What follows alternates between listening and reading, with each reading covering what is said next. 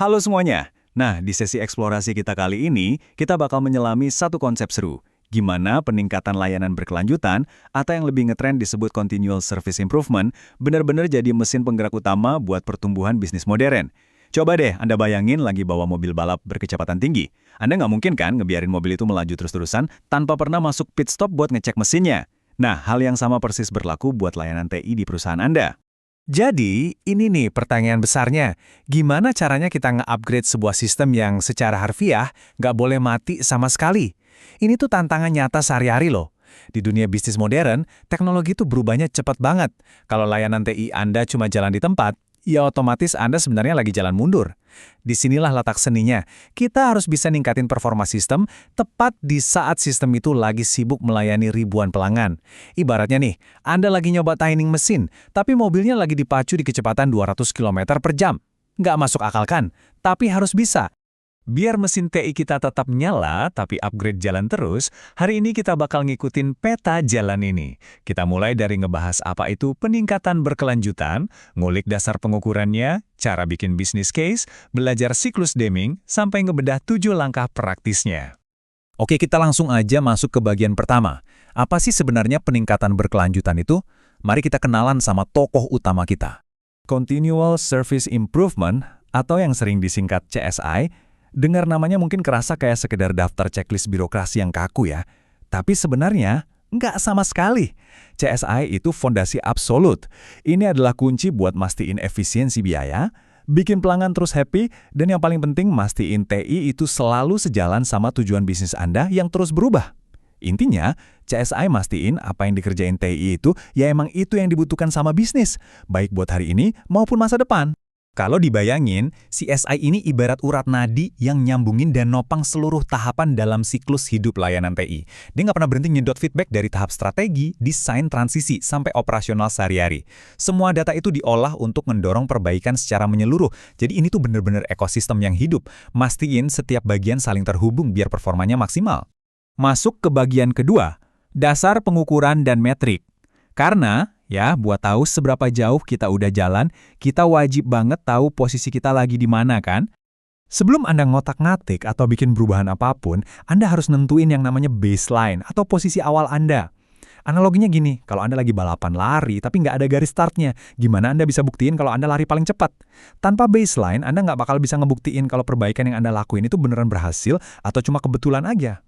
Terus setelah kita tahu titik start dan garis finishnya, kita pakai gap analysis buat ngukur seberapa jauh jarak yang harus kita tempuh buat sampai ke sana. Nah, biar gampang ngelacak progresnya, pengukurannya kita pecah jadi 3 kategori tajam. Pertama, metrik teknologi. Ini buat mantau perangkat kerasnya, kayak misalnya uptime server Anda. Kedua, metrik proses. Ini buat ngukur performa manajemen. Contohnya seberapa cepat tim Anda bisa nanganin komplain. Dan yang ketiga, ini sering banget dilupain tapi super krusial, metrik layanan. Ini yang ukur pengalaman dari kacamata pengguna akhir secara utuh. Kayak seberapa lancar sih proses pengiriman email dari ujung ke ujung? Sekarang kita masuk ke bagian ketiga, membangun business case. Ini menarik banget, karena percaya deh, nggak ada perbaikan yang bakal jalan tanpa bisa ngebuktiin kalau itu sepadan. Pas nyusun business case, kita bakal sering banget ketemu 2 istilah ini. ROI alias Return on Investment, ngasih kita angka finansial yang pasti. Misal Anda investasi sekian juta, dan bisa hemat operasional sekian juta. Matematika murni. Tapi tunggu dulu, ada juga yang namanya VOI atau Value of Investment. Nah ini buat nanggep keuntungan yang nggak kelihatan secara fisik, tapi dampaknya gila-gilaan. Kayak melonjaknya kepuasan pelanggan, atau makin kinclongnya citra brand Anda di mata publik.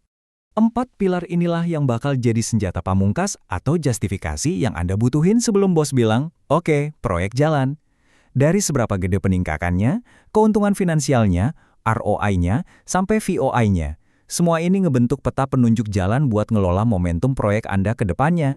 Lanjut ke bagian 4, siklus Deming dan pendekatan CSI. Mari kita lihat gimana konsep ini berubah jadi metodologi praktis buat sehari-hari. Anda pasti pernah dengar ini, siklus Deming yang legendaris. Plan, do, check, act. Konsep ini ngingetin kita kalau peningkatan kualitas yang benar-benar efektif itu nggak terjadi lewat satu sulap besar semalam, tapi lewat langkah-langkah kecil, terukur, dan terus-menerus. Plan, rencanain targetnya. Do, eksekusi proyeknya. Cek hasilnya dan bandingin sama baseline tadi. Dan act, ambil tindakan nyata buat ngunci keberhasilan itu biar performanya nggak anjlok lagi. Pendekatan CSI ini ngembangin siklus Deming tadi jadi lebih tajam, dengan ngasih 6 pertanyaan retoris yang bakal terus-terusan ditanyain. Dimulai dari sebenarnya apa sih visi kita, terus berlanjut ke kita lagi di mana nih sekarang, sampai akhirnya gimana cara kita mempertahankan momentum ini. Ini semua didesain khusus buat mastiin setiap tindakan di ranah TI itu beneran ngasih benefit langsung buat goal besar bisnis Anda. Dan akhirnya, kita sampai di bagian kelima. Ini masterclass playbook kita hari ini, 7 langkah peningkatan berkelanjutan.